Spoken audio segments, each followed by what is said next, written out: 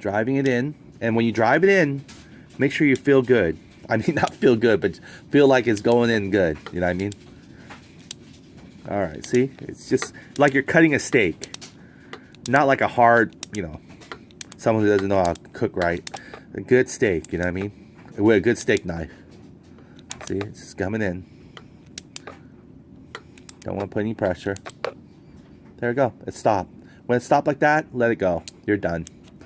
Okay. Oh, back up. Back up. Back up. You'll need the tool for that. Okay. Just a little crack on the tool. All right. So here we go. This is the final. And we're going to do a chain count once it's on the... It's hard to do when you have to hold it, but let's see. Okay. You have to take that all the way.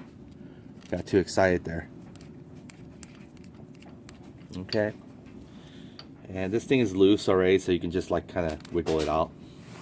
Because again, it's the retracting kind, it's not the one that's hard.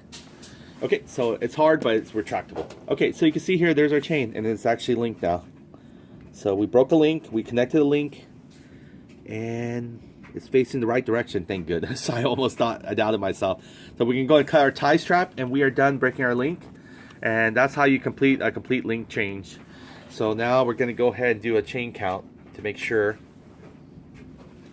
Let me go ahead and that's where you need your cutter here. The final cutting here. Put that in there. I really need some good cutters. Okay, we're gonna go ahead and get that cut off. You gotta go from any angle that you can, huh? Or you can try to turn it a little bit forward, loosen it from the run, but if you can't, then just do whatever angle you can. There we go. All right, our chain is free, but not free enough. All right, there we go. That is our complete tie. And you can tell if it's the one that we just made, because again, it has a little bit of its own tension. See there? It's still kind of really hard. It's not broken in yet. See this one? This is the one that we did. You can tell right there. All right. So if you want to do a chain count, we can do it right now. You remember our mark there, right there? That is our number 1 mark. So what we'll do is we'll use a screwdriver. Well, where's that long one? We'll use that long screwdriver to hold this in place while we do our count. I can find it here.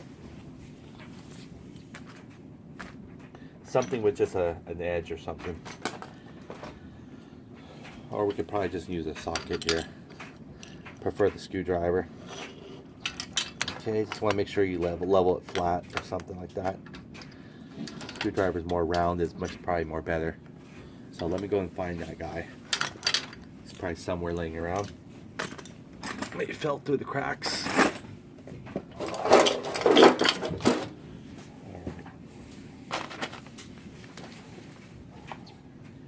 Always seems to probably be behind me, maybe. Let me go and find him real quick. Okay, it's always hidden, the tools that you want, right? So anyway, I got him found. So let's go ahead and put him through the cam chain. This also gives enough width. Okay, let's start our count. Now, the thing about it, you gotta be really careful. I would recommend actually bolting it down and doing a count, because you don't want this cylinder to pop out when you're twisting the flywheel, because then you have a whole new issue of actually getting the piston rings back in if it actually falls loose. So why don't we do that? We'll just put everything back in, including our camshaft, and then we can also see how tight it is without the cam chain holder and everything. And another thing is, before you put it in there, you also want to inspect something. This is probably the important part. You want to make sure when you're about to put it in that your rails, this one right here, it's sitting on the sprocket of the crankshaft. So let me go ahead and put that screwdriver in real quick while I take off the camera, and we can see for sure what's it doing here.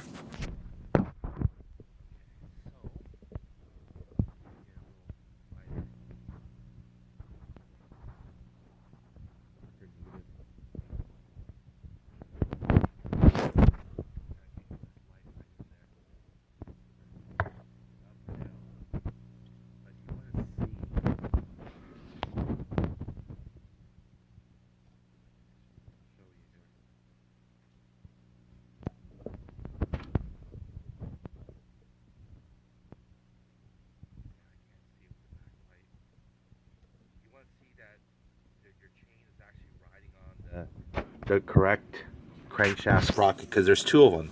There's one closest to facing this way, your left hand side. You want it facing to your right crankshaft here. Since I'm beyond the light, let me see here. There we go. Get the light on there. See the whole tunnel here.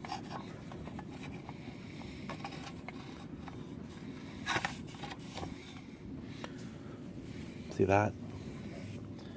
You want to inspect it, and normally you can see a clear shot of the sprocket, maybe during a little better lighting.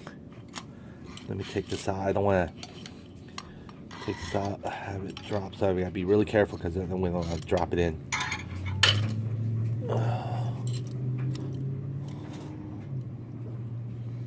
I'm not seeing it. There you are. You? Where'd it go? Yeah, you want to inspect it to make sure. There you go. I can see it now. Can you see it? Barely see it. You see that all the way deep down there? It's kind of shiny.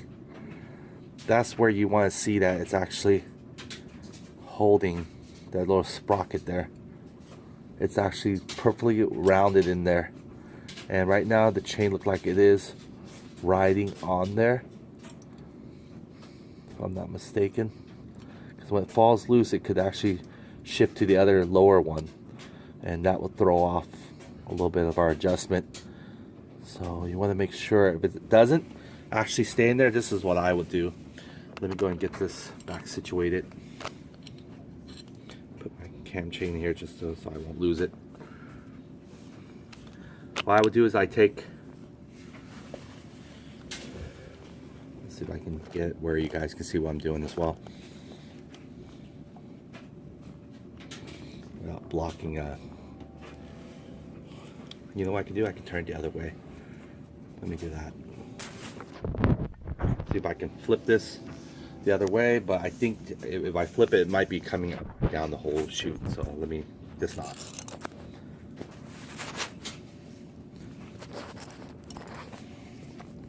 Just move the whole tripod from a different angle, perhaps.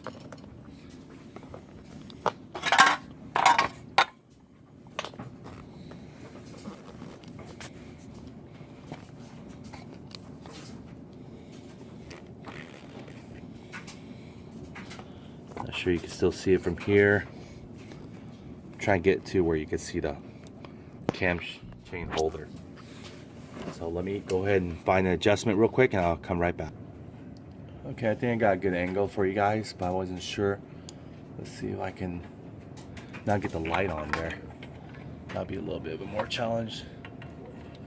There we go. The light's gonna be sitting on top of the camera, so I won't be able to free flow it and move it around, but you guys can sort of see deep inside that cavity there where we need to get the cam. So I'm gonna go ahead and try now to make sure that it's sitting on. This is my biggest mistake from last time, was I didn't check thoroughly enough to see if that was riding on the correct sprocket to the far facing us to the right, and that's what threw off my cam chain tensioner tightening. So I'm going to take my screwdriver. Be careful with aluminum again. You don't want to go chiseling anything. We just want to kind of help move things around the cam chain. So this is a long enough screwdriver. It's almost like I think a foot, 12-inch. There we go. I can see it clearly. I hope you guys can see it too. Well, my hands, you guys probably can't.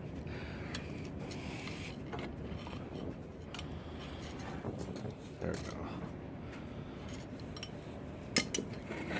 Camera, you can see straight angle.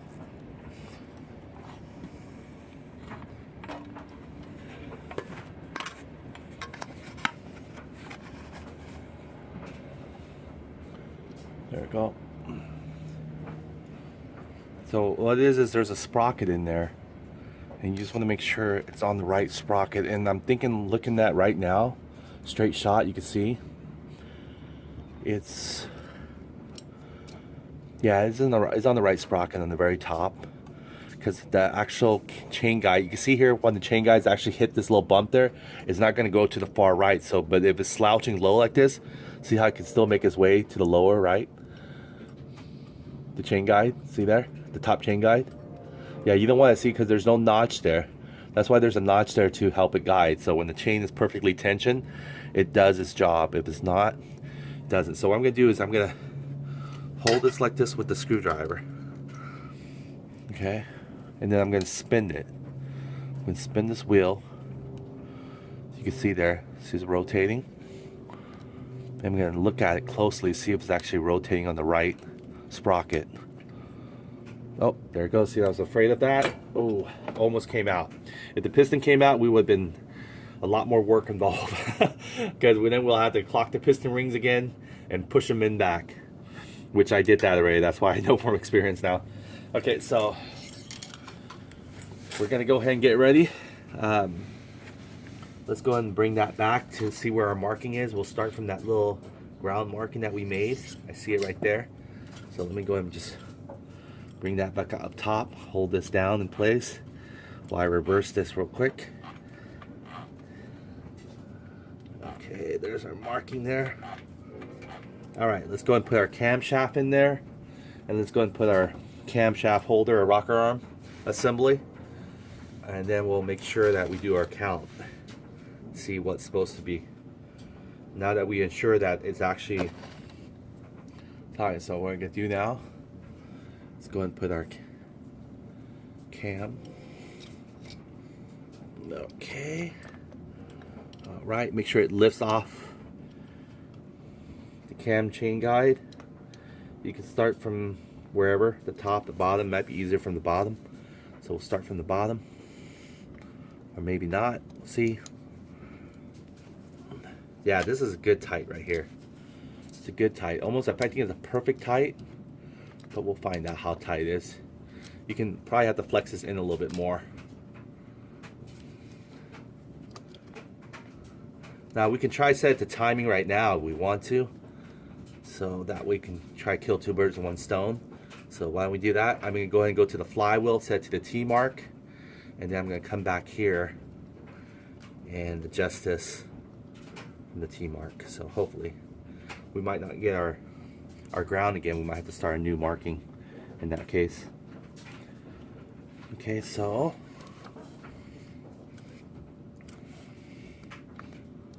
there we go. Yeah, it's still having that hoovering issue, but that's the way it is. It's supposed to be pretty tight. So there it is. It's riding really tight.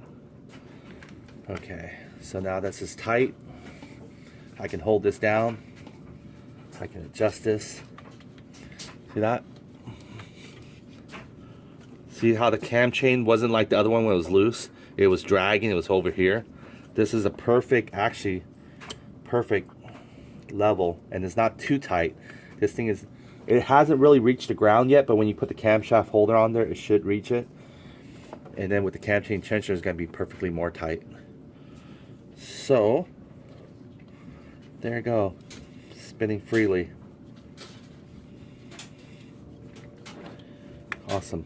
So, we got that spinning. Everything, I'm looking at straight through now. Before I wasn't able to do that. Is my hat in the way? Let me turn it backwards. Yeah, I can see it. I can see it's riding on the... I'm closing one eye, trying to get a little narrow hawk eye view. Yeah, it looked like it's riding exactly on that last sprocket. Nope, see that little crunch there? This is probably, see where it looks like it's coming off? That's a little crunch. So we're going to spin it. That crunch is probably from us making the breaking of the cam chain. But it should ride smoothly just like that. Yep, everything is riding smoothly. And we can do our count still. Let's just do our count here. I'll count with you guys. Okay, see like that? That's coming from our breaking our chain. That's what it could cause. But once we get this thing even further tightening it, it's going to put a lot of pressure on this chain and the chain tensioner. It's not going to have this much wiggle room where it just falls off on its own. So that will be taken care of with that. So let me go and find that marking that we did. There you go. Here's the marking. And I'm going to bring the camera back here so you can count with me. Now we got to get an idea of the zoom in. Okay. Okay. You remember that marking we had? There it is. So we're going to start our marking timing count like that. We'll hold down the camshaft. That way it holds the whole cylinder head in place. Because we just don't want it to come sliding off the piston from the rear, which it will do easily. Okay, so I'm going to hold it down. We're going to count. How we're going to count the marks, but we'll figure it out. We'll use a reference point there. So we'll go 1, 2, 3, and when it passes right here, we'll count the next one, okay?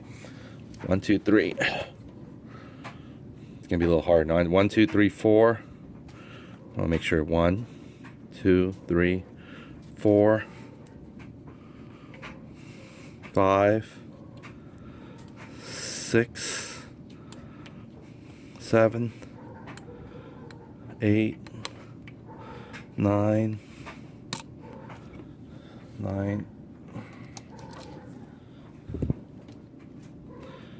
Okay, let's do this one more time. I kind of lost it there. All right, there we go. I got our T mark here. That's our 1, 2, 3, 4.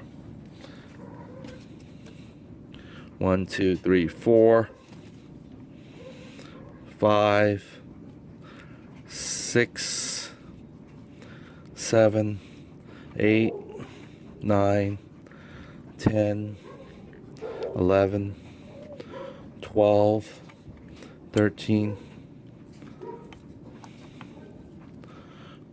14,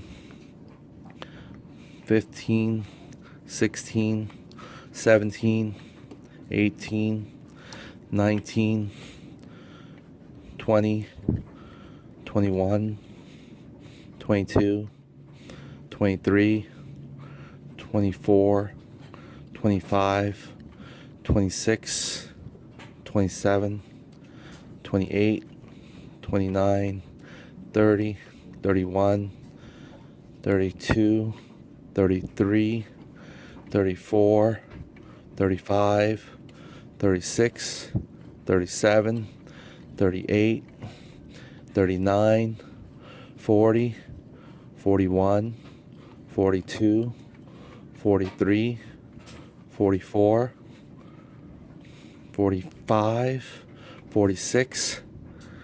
Oh, 46. There we go. And there's our ground mark again. That's it. So it is 46 link change now. So we're good. Let's go and put our camshaft holder. But before that, let's get our timing a little bit correct too. And then we can adjust our camshaft holder a little bit more better. So let's go and go into our timing mark. And let's see where it's supposed to be at. It's very hard to get our timing mark right because we have to actually hold this first. So let's go and get our camshaft holder on there first.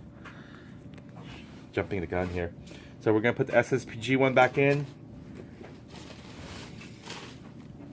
Let's go and do that.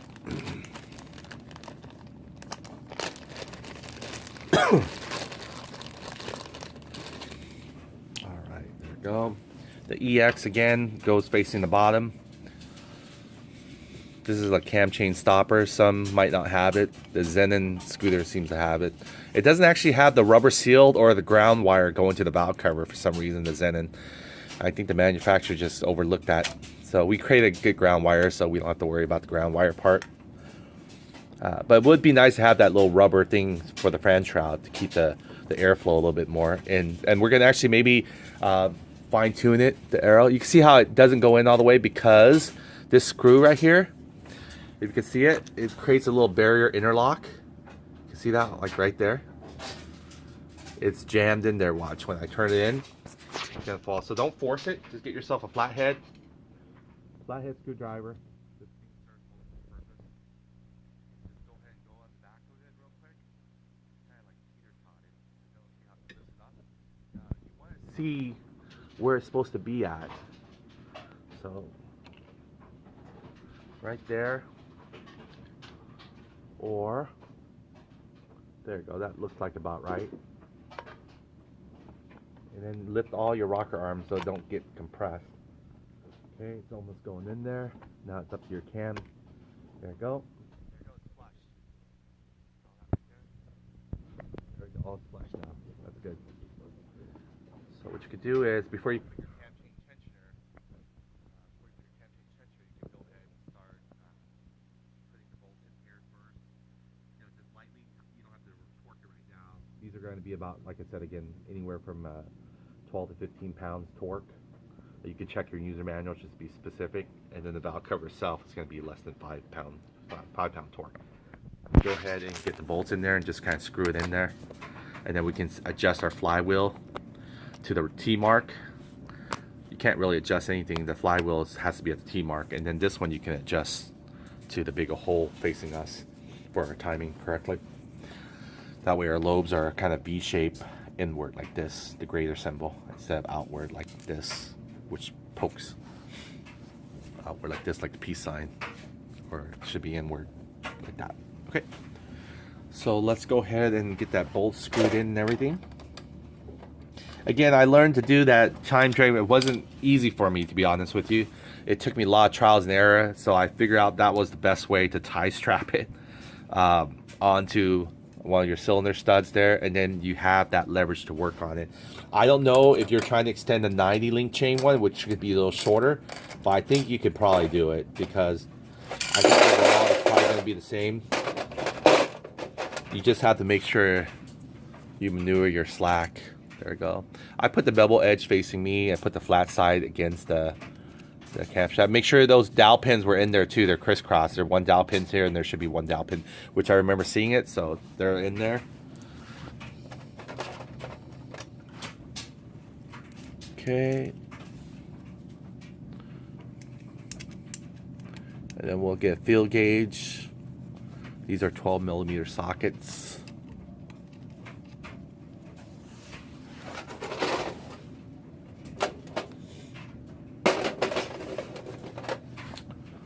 Right.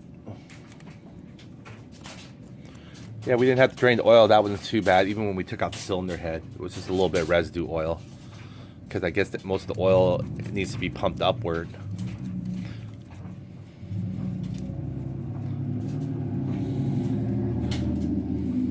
Okay, so let's go ahead and get it tightened down, just, you know, a little bit snug, but not like tight. Yeah, you don't have to worry about it. Do a cross pattern again. That way it goes down evenly.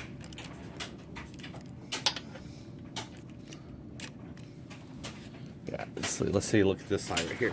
This is the one that's always going to give us a little tightness issue, like we did have before previously, but it's not too tight this time. You can see here, it's still not wanting to go all the way down. Let's see if I can get a camera on there. See that right there? It's still not wanting to go all the way down though, but it'll force it down. It's better to have a nice secure tight chain than a loose one. We saw the result of adding 1 extra link, how much of a difference it made. We thought it needed actually a couple more. I was going to go even to 48 link. Okay. So yeah, you want to make sure everything kind of snug tight down there. This one could be a little bit more. You can see here, it goes in easily. Crossing the pattern. One, since the other one's loose, going by hand almost. Okay, you want to just snug it. Don't have to torque it yet.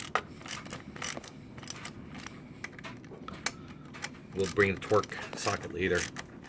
Not a big deal.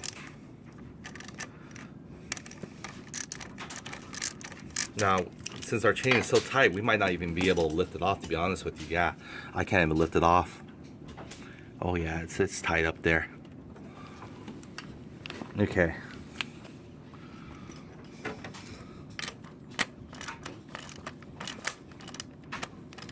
Yep, so we might actually have to loosen it up to get our timing right too. But let's go and get our timing right on the flywheel, and then we'll come back and loosen up these ones to get our cam chain.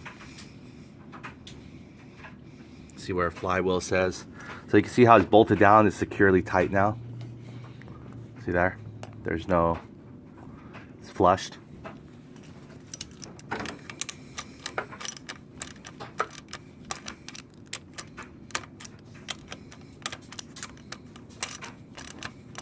Just snug, that's all. Alright, so it's snug now, it's not going anywhere. We can spin the flywheel. See there?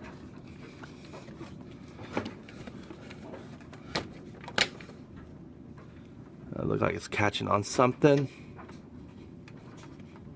Not letting it spin anymore. So we'll reverse.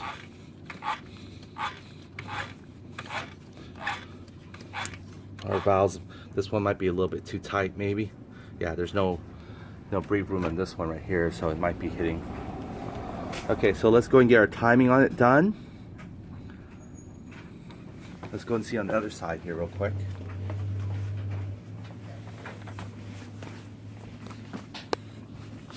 Let's get to the T mark. Exactly on there. You can see it's spinning pretty easy, and then all of a sudden it gets tight again. See, it gets tight like right there. See, it locks up. I want to see why is it locking up. It locks up like right there, where the magnet is almost.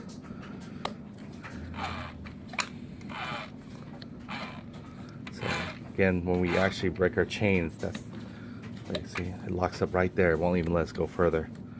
So let me go and try to get to the T. We can reverse. Seems like we can reverse, but it still locks up a certain, it looks like it crunches somewhere. That's why you don't want to break your chain too much. It's very hard to find out where that crunch is and get it back out of there before it breaks it in. Okay, so let me take off this glove here. Okay, there we go. See, it won't let it go further. I mean, we can force it, but I'm sure it's going to force something else, so we don't want to force it. So let's try to get to the T mark. We'll have to reverse. We'll reverse. I think it might be just the rocker arm being too tight. Okay. There's our T. We need to get it to align with our marking there.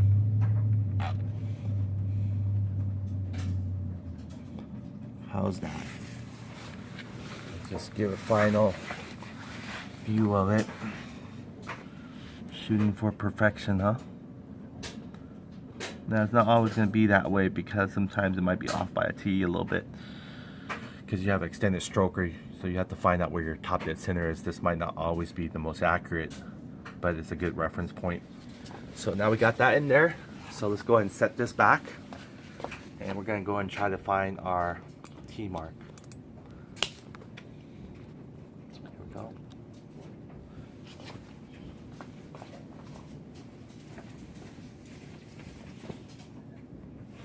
There we go. Okay, now we're going to go and try to get this back into its T. I'm going to lift it up here.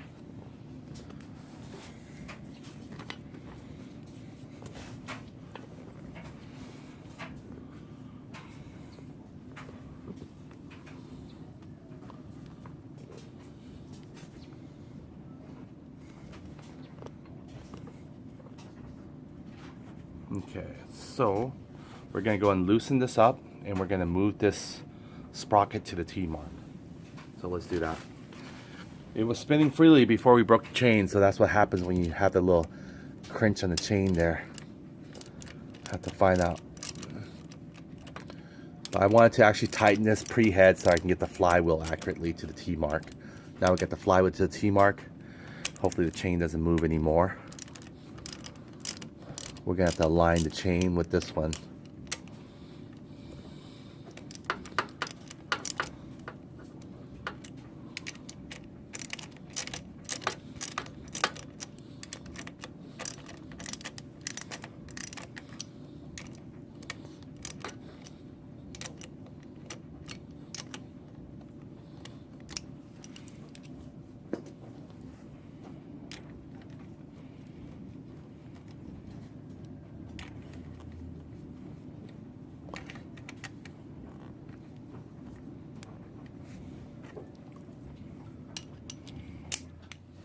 I'm hoping that little crunch is not due to the chain crunch,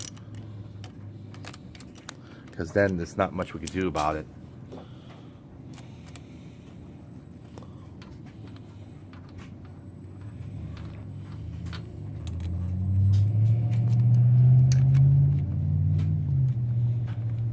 Okay, we're gonna lift this side up to give it a little bit more leverage on the other one. So these ones might have to remove on this side only.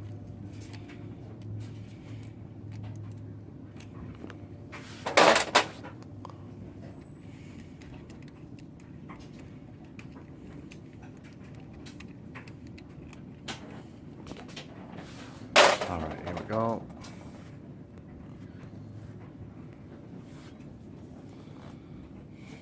All right, still not enough, so I guess we have to lift up the whole thing because actually it's still locking in. So we'll have to remove the whole rocker arm.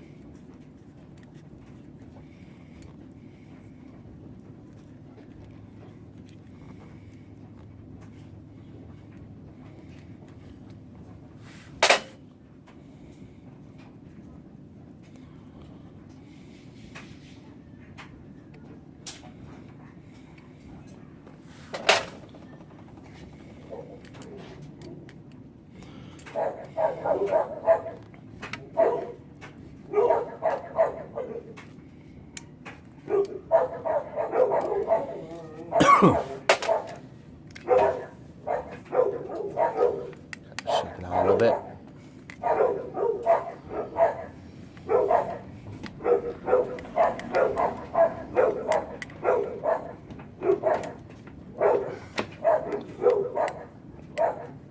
There we go. Almost kind of rock it off.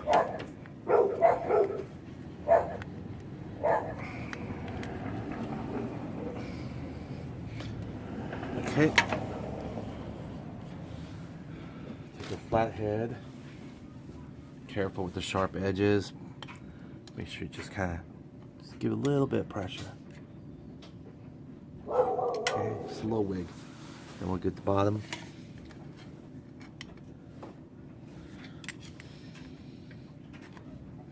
Bottom doesn't have any wig room.